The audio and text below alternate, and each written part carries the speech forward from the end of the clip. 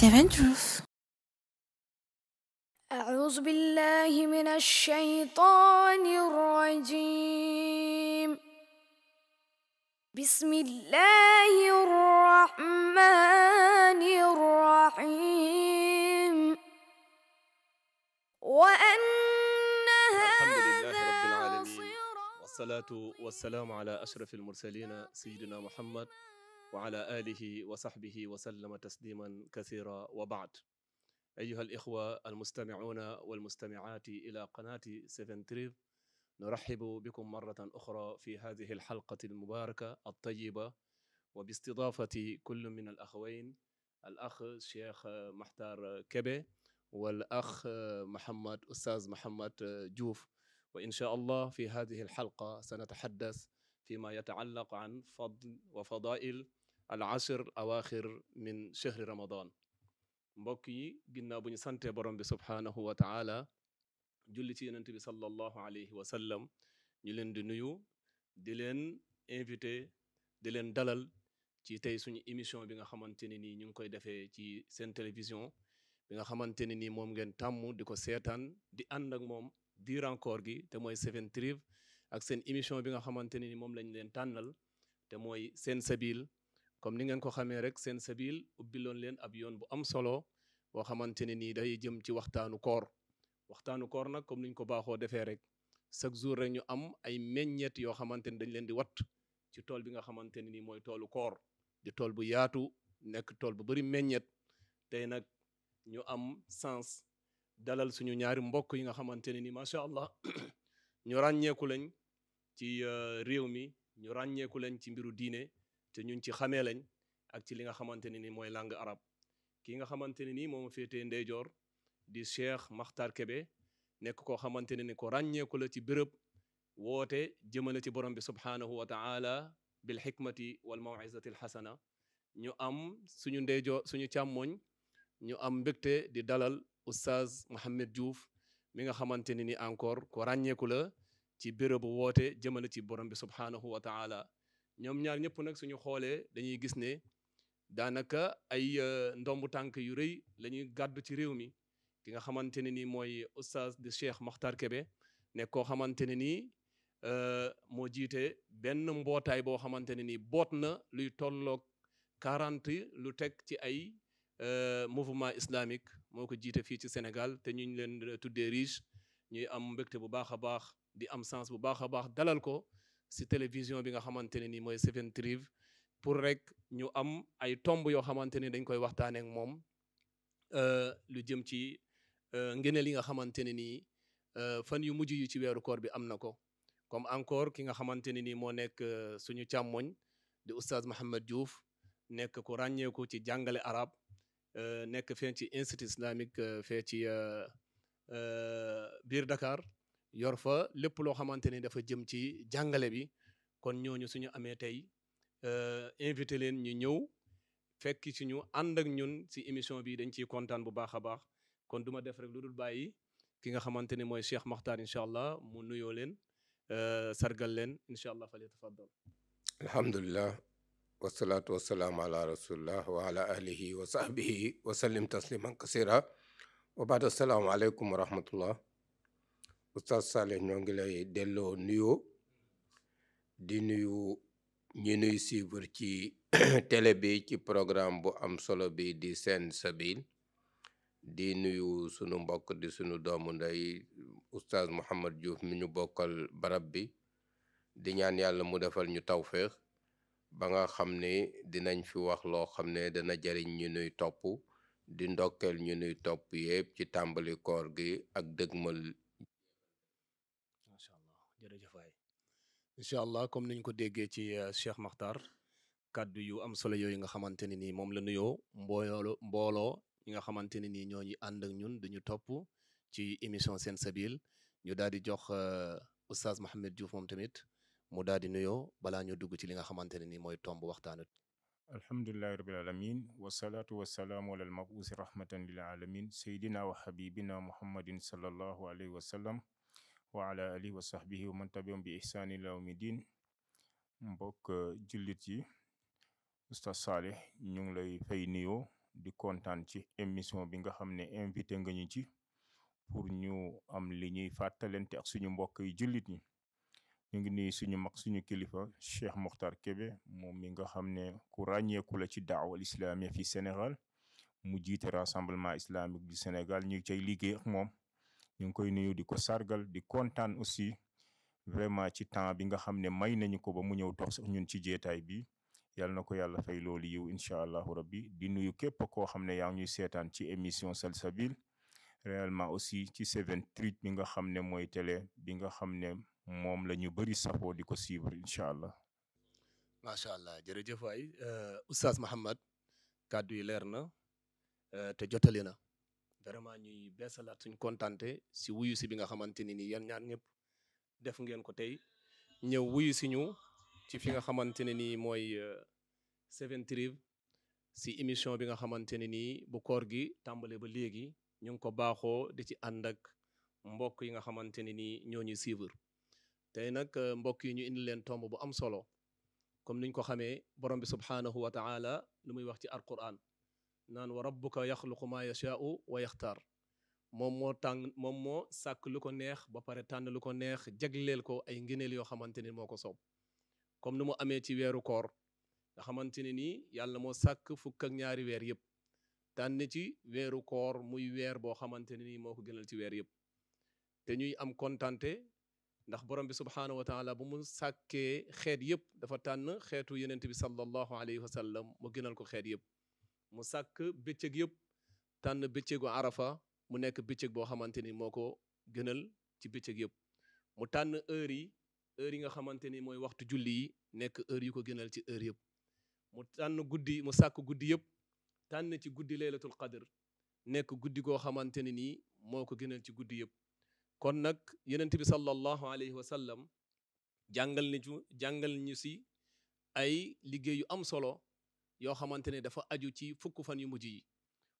mujj yi mën nañ wax ne am na ñetti mbir yu rëy yoo xamante ne ni ëmb na ko bu ci njëkk bokk na ci mooy laylatul qadr beneen bi bokk na ci mooy i'tikaaf bi nga xamante ne nii mooy boof si jàkka ak taxoog jàkka bu yenent bi sallallahu alayhi wa sallam doon def ci fukk fan yu mujj yi pour rek di ci làmbatu guddi gi nga xamante ne nii mooy guddi laylatul qadr beneen bi nga xamante ne nii moom la doon tëjee fan yu mujj yi te mu nekk ngëneel gu rëy te mooy muddum koor te ñu koy wax asakal koor kon tey incha allah ci ñett tomb yooyu xam naa ci la ñuy gën a bàyyi xel ci li nga xamante ne nii moo aju ci fukk fan yu mujj yi oustaz Makhtar ginnaaw buñ la dalalee nuyu leen bu baax a baax yow ak oustaz Mahamad di am kontante bu baax a baax comme nuñ ko xamee daanaka laylatul qadr nekk loo xamante ne nii am na ñoo xamante ne dañ ko jàpp ci benn jour rek te ñu gis ay xadis yu bëree bëri di wax ne laylatul qadr lu ci gën a wér na mooy day tuxu comme ni yonent bi sallallahu alayhi wa sallam waxee encore ne na ngeen ko làmbatu ci fukk fan yu mujj yi newaat encore na ngeen ko làmbatu ci juróom-ñaari fan yu mujj yi nga xamante ne dafa tóol yooyu népp nekk ay wax yoo xamante ne nii yu am solo la léegi ñu leen di bàyyee rek ngeen gën ko yaatal baaxee ci mbokk yi ndax dañ ci toll te yonent bi sallallahu alayhi wa sallam mu ngi naan képp koo xamante ne nii daje naag moom mooy ki nga xamante ne am na sens te képp koo xamante ne xañ nañ ko guddi googu mooy koo xamante ne xañ nañ ko lépp loo xamante ne nii ab yiw la kon nag yow looy dénk mbokk yi nga xamante ne nii ñu ngi woor ba heure bii nii war a toll ci fukk fan yu mujj yi mu am ci guddi gu mel nii ana lan nga leen di digal pour nu ñuy def ba nga xamante ne nii borom bi subhaanahu wa taala dina leen may ñu daje guddi gu tedd jooju te luñ ci ñaan lu ne yàlla nangul leen ko. waaw xanaa dellu sant yàlla borom bi ba muy présenté koor gi dafa waxoon ne ay yaaman maadudaatin ay fan yu néew la bi ñu koy tàmbali di ñaan yàlla yegse ci njeexantal bi boobu ak léegi yàggul waaye noo ngi dëgmal njeexantal bi nag comme noonu ko waxe mooy fukki fan yu mujj yi te mbir yi dañuy wax ne fa muy baaxe dëgg-dëgg mooy fa muy jeexe jeexantal boobu yonent bi alayhi salaatu wassalaam sayidatuna Aïcha mooy wax ne kaana ida daxala al ashru al awaxiru min ramadan ahya laylahu wa ayqada ahlahu wa sadda misarahu. nee na fan yu mujj yi bu mësaana yëgsi lu mu doon def daf ko doon yokk. bu dee jàng alxuraan mu yokk waqfoom, bu dee naafila mu yokk ko, bu dee def lu baax mu yokk ko. du yem ci boppam, daf ci boole njabootam ngir ñu participer ci. du yem ci loolu, yeneen yi nga xam ne daf ko daan soxlaal yépp day fexe ba tàggook moom, nga xam ne li muy dëgmal rekk mooy def lu baax ak jaamu boromam. ci xadiisu muslim ba muy wax ne yonent bi naka jekk dafa daan farlu ci jaamu yàlla, waaye daawuñu gis mu farloo ci jaamu yàlla ni mu ci farloo ci fan yu mujje yi, fukk yu mujje yi. ndax waxtu nangu ñaan la, wax nga ko, guddi gu mag moo ngi ci goo xam ne gi ku ci tombe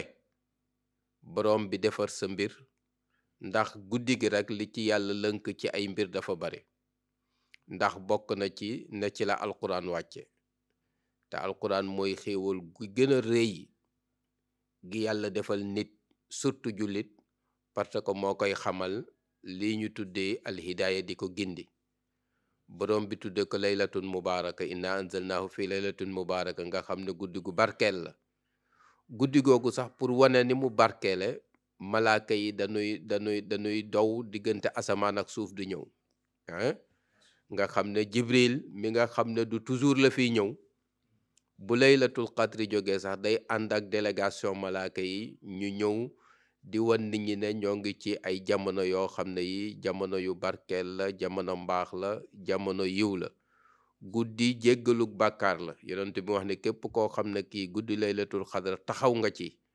man qaama laylatul qadr imaanan waxtisaaban, nga taxaw ci julli def ko te ngëm te di wut yool, borom bi daf lay jéggal sa bàkkaar. te jullit li muy dox lépp mooy jullit bi jéggal ko bàkkaaram. te mooy guddi gi nga xam ne borom bi ci lay wàcce dogal yi yàgg na mu def ko, mais at mu ne mu wàcce yi nga xam ne mooy xew. moo tax jullit ñi bëgg situation yooyu yàlla di wàccewaat dogal yi fekk ñépp nekk nañu ci li ko neex. moo tax laylatul qadr guddi la gu mag goo xam ne gi moo gën junni weer daanaka mooy dundu doomu aadama goo xam ne gi dundam barkeel na. donc loolu bu fekkee ne guddi gu mel noonu jullit daf ko tombeel, dafa war a góorgóorlu ba profiter ci, def ci li mu laaj lépp ci jàmmu yàlla. wax nga ko, xëy na Muhammad dana ci ñëw, mooy guddi gi jamtalu na ci yu bari, nit ñi dañu koy dàkk ci lu bari. li gën a wóor mooy mu ngi ci weeru koor, même am na ñu ko génne ci weeru koor gi. li gën a dëgër moo ngi ci fukki fan yu mujje yi. li nga xam ne ñu bari seen xel dal na ci mooy mu ngi ci guddi ñaar fukk bi ak juróom-ñaar. loolu xel daf ci dal rek, nga xam ne majorité jullit ñi loolu moo dal seen xel, ñu di ko ci dàkku, ñaan yàlla ñu tombe ci, bu fekkee ne yàlla dogal na mu nekk ci bés boobu.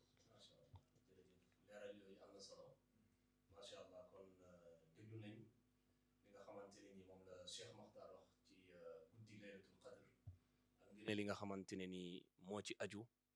ak xew-xew yu rëy yi nga xamante ne ni mooy am ci journée boobu, mu nekk wax ju am solo. incha allah ñu jàll rek jox kàddu gi ki nga xamante ne ni mooy oustaz Diouf,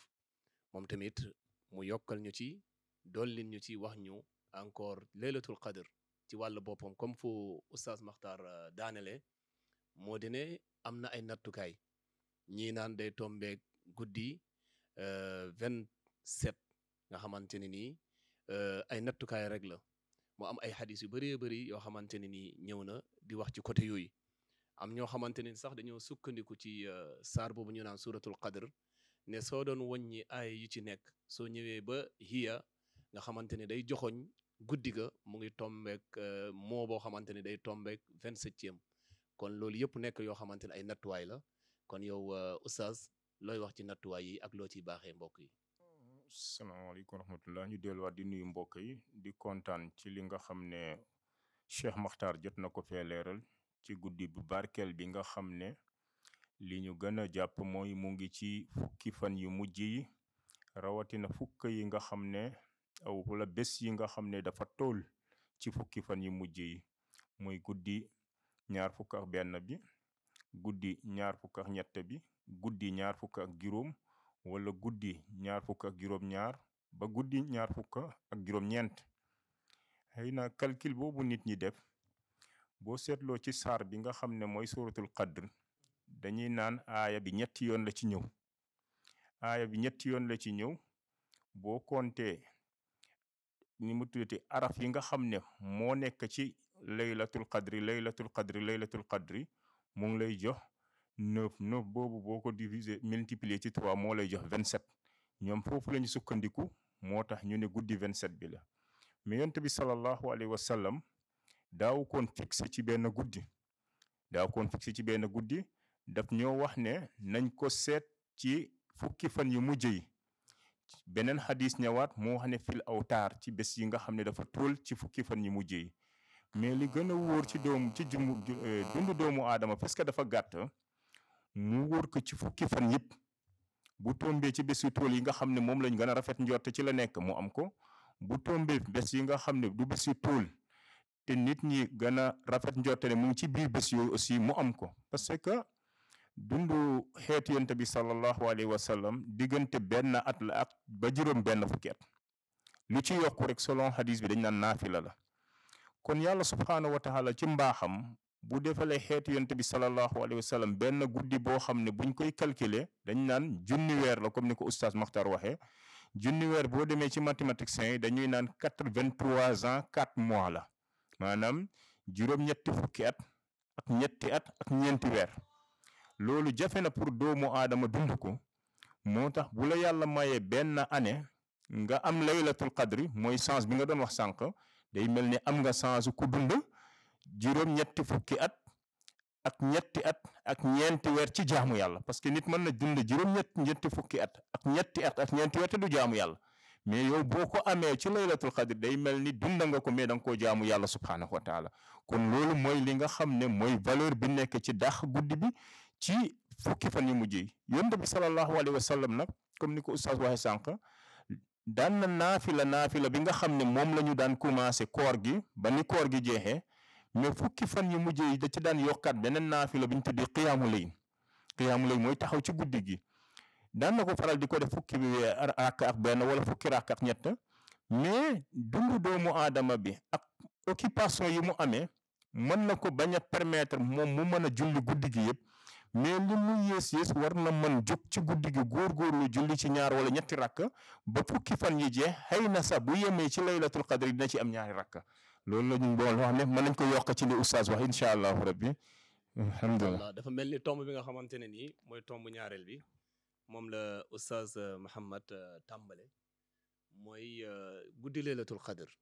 ginnaaw bu ñu xamee barke bu ci nekk ak xam dayo bu ci nekk.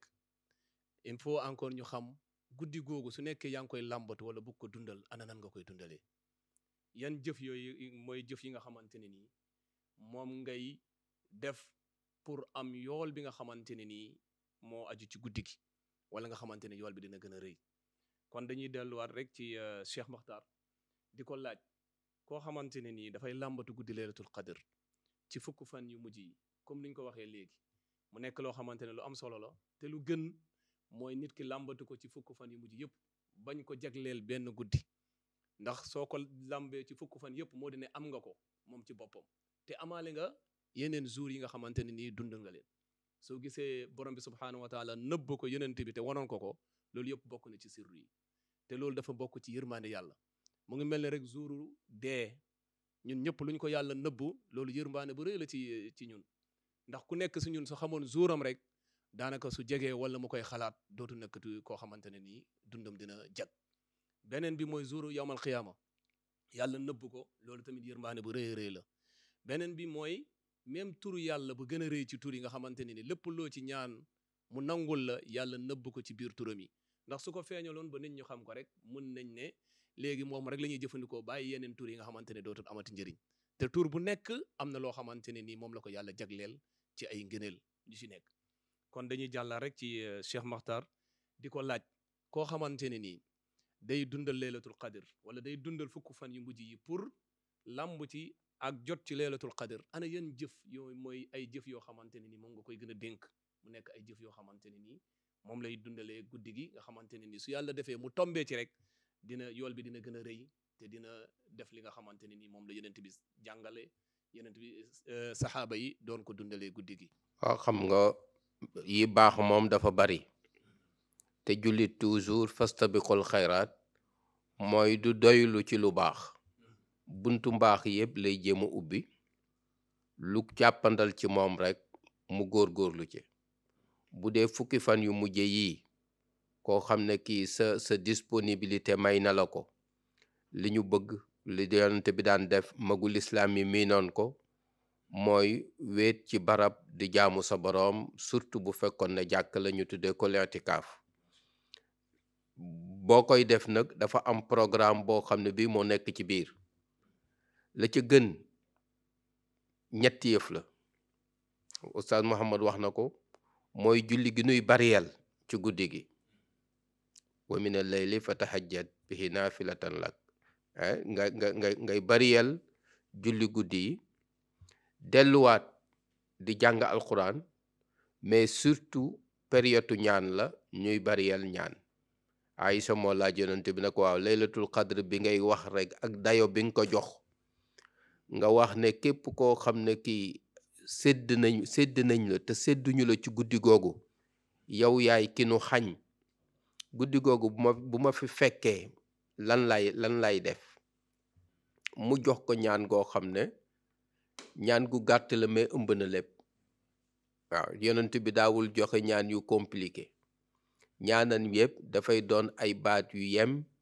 yoo xam ne yi boo ko wëlbatee da ngay gis ne lépp ngi ci biir mu ne ko bu la fi fekkee da ngay wax rek allahumma innaka afuwun tuhibbul afwa fa'fu anna yàlla yow yaay jéggalekat bu mag bi yaay jëllalekat bu mag bi ndax nit ki at mi li mu fi def ci lu waroon tax nga dal ci kawam bari na waaye booba léegi yaa ngi ko fi bàyyi loolu mu bëggatam loolu nekk jikko ci nit ki mooy du loo mën a faj rek faj ko innaka afuwun tuhibbul afwa da nga bëgg képp koo xam ne kii rek nekk ñu ci situation muy jéggale donc faafu anna yàlla nu jéggal te yàlla bu jéggale nit da koy raxas te nit bu setee dañuy wax ne gàllankoor yu bari ay gàllankooru biir la nit bu setee ci biiram ñaare lu mu dëgmal rek day yomb ci moom parce que day fekk énergie am yëpp dajale na ko donc loolu mooy ñaan gi mooy dafa bëgg nit ki relation ak boroomam nekk ay relation yu baax boroom bi bu la jéggalee daf lay jigal ci boppam bu la jigalee ci boppam daf lay bëgg te bu la bëggee daf lay defal ak yombal loo dugg day yomb ci yow donc bu ma bëggoon résumé dañuy wax ne ku ko man même boo deful intikaaf na nga jël ay waxtu yoo xam ne da ngay isolé wu yi nga xam ne day soxlaal nit ñi nga génn ci 1 heure de temps 2 heures de temps nga xam ne di nga ci julli li nga man boo mënee jàng alxuraan nga jàng ko ci boo amee ay ñaan yooyu def nga jiital ñaanu yonent bi ba pare def ñaan yooyu donc isolement la bu jullit bi di def jàng alxuraan ak julli bu muy def bariyal ñaan nag yoo xam ne daf koy def ci guddi yooyu lu ko yitteel mu bëgg ko jot wala lu ko jaaxal mu bëgg ko dàq wala fu mu bëgg a yegg te yeggu fa yooyu yëpp bu ko ñaanee guddi gi attan na ko mooy guddi laylatul qadr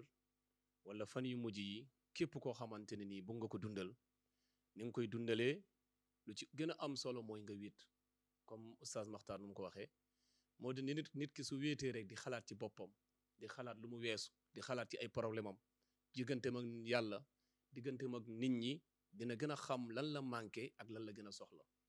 boobu lay gën a am engagement boo xamante ne dina xam ne borom bi lan la ko war a ñaan ci jour yi tedd yi ak lan la ko war a jéggalu ak lu mu war a defaraat ci wàllu boppam comme ni ko Cheikh Makhtar waxee xamante nit ki su setee rek rawatina digganteem ak boromam day nekk koo xamante ne ni lu mu yóotu rek daf koy yomb kon incha allah ñu jox kàddu gi oustaz Muhammad su nekkee ba léegi am na ay jëf yoo xamante ne nii yu Makhtar wax am na loo ci mën a yokku pour baaxee ko mbokk yi nga xamante ne nii dañuy faral di làmbatu guddi gi ci fukk fan yu mujj yi ci ay jëf yoo xamante ne nii ay yiwa ngi ci. moom comme niñ ko waxee sànq rek fastabiqul xayraat dafa yaatu. seeti mbokk sax xayru la, tase ak sa mbokk wax moom wax ju rafet sax xayru la, woo sa mbokk nemmeeku ko sax ci xayru la bokk. waxuma la sarax seeg yooyu yëpp mën na nekk xayraat. rawatina parfois dañuy gis suñu mbokk yi nga xam ne ñoo nekk ci jàkkee di dundal guddi gi, yenn saa yi dañuy soxla yenn yi ci guddi gi, lu mel ni ndox, c'est kuy julli di taxaw dafa war a naan ndox lu bëri. lu mel ni comme ça am na ñuy faral di togg ataaya foofu, am na ñuy faral di togg café. yooyu yëpp nit mën na ko def yóbbeeku mbokk ya nga xam ne ñoo nekk ci jàkki ja, su ko defee ñoom ñooñu di naafi la noonu. bu ñu teemee ba jamonoy pause heure bu ñuy noppaloo bay déglu waaraate ku nekk naan ñi mën a yeewu yow yaa ngi liggéeyal yàlla lu bëri ci guddi gi. parce que loolu baax na ci boo xam ne yokk ci jàng alxuraan bi, parce que yàlla subhaanahu wa taala day wax ci alxuraan ne kalla barraana ala qulubihim ma kaanu yaksibun. suñu xol yi erreur wala njuumte yi ñuy def wala faqastalu ñuy def day dem ba muur suñu xol yi. bu demee ba muur xolu jullit bi du gisati dëgg boo koy wax dëgg. kooku nag parce que ramadan ila ramadan mukaffiratun lima bayna min az-zunub, weeru koor ak weeru koor day fompa la nga xam ne moo nekk seen diggante ci bàkkaar bu fekkee nit ki mooy tundiku na bàkkaar yi nga xam ne mooy waral tuub. kon léegi guddi gi occasion bu mag la ci doomu aadama bi pour mu raxas la nga xam ne mooy xolam, parce que weer wi raxasoon na ko ba àgg fii mais da koy jooyanti mu gën a set. bu setee mu sell bi oustaz wax sànq, su ko defee day am li nga xam ne mooy taqwallah bi nga xam ne yàlla nee ne wa man yattaqillaha yaj'al lahu wa yarzuqhu min haysu la yahtasib. léegi nag bu amee loolu nag ci la ko yàlla di ubbile li nga xam ne moom la oustaz wax sànq. am na ragal yàlla bi, yàlla wërsëgal ko wërsëg boo xam ne yaakaaru ko woon, mu ubbil ko bunte li nga xam ne la mu yoot rek jot ko. kon guddi gi importance am rek waxuma la nga béy ci àllaaxira, mais mën nga ci béyaale àddina. béyale ci àddina mooy que ne àllaaxira ci boppam mooy am nga ci tuyaaba yu bëri yu lay garantir sa àjjana, mais am nga ci ab sell bi nga xam ne moo lay yombalal sa mbiru ci àddina, parce que am nga ragal yàlla bi nga xam ne moom la yàlla wasloo ne képp ku ko am dina la ubbil wërsëgal la foo xam ne yaakaaroo fa wërsëg. yàlla nañ yàlla may loolu incha allah. incha allah wax ji am na solo. dafa mel ni oustaz Makhtar bu muy wax ci jëf yu baax yi nga xamante ne nii sopp nañ ko ci nit bi mu koy def, mu bàyyi xel ci lool lu jëm ci mbiru jullit bi digganteem ak boromam subhaanahu wa taala. mais oustaz Mouhamed encore ñëw na mattali beneen côté bi ba mu gën a leer, wane ne jaamu yàlla daal ci ñaari anam yi lay amee, sa digganteeg sa borom ak sa digganteeg sa morom. ndax nit ñi ci foofu la ñuy rawante. yenn saa yi da ngay gis koo xamante ne jaamum yàlla yëpp day yaakaar ne sa digganteeg sa borom rek la, mais sa digganteeg sa morom daanaka yow li nga ciy suuraale lu néew la. te dañoo fàtte ne daanaka ngëneel yu gën a bëri yàlla ci yooyu la koy fayee, ci yooyu la koy xoolee. kon Cheikh Mouhamed ñu lay sant ci leeral bu baax a baax ci tomb boobu yow Cheikh Makhtar. Seven Truth.